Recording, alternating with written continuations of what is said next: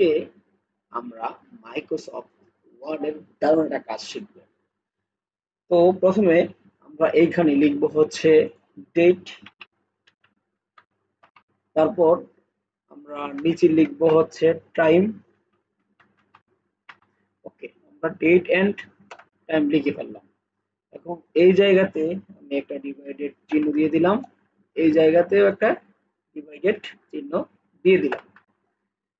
এটাকে চাইলে আমি বড় করতে পারি, একটু বড় করে নেই তাহলে আপনারা বুঝতে সুবিধা হবে। ডেট বসাবো আর এখন আমি হচ্ছে এখানে টাইম বসাবো। তো আমরা জাস্ট এক ক্লিকে কাজটা করব। তার জন্য আমরা এখানে অল বাটনটাকে প্রেস করে ধরে আমরা শিফট বাটন প্রেস করে ধরবো এবং আমরা এখানে ডি প্রেস করব। দেখবেন আমাদের এখানে ডেটটা চলে আসছে। এখন টাইমটা আনার জন্য সেম ভাবে আমরা অল প্রেস করে ধরে আমরা এখান থেকে শিফট প্রেস করে ধরে আমরা জাস্ট এখান থেকে টি প্রেস করব। দেখেন টাইম চলে আসছে।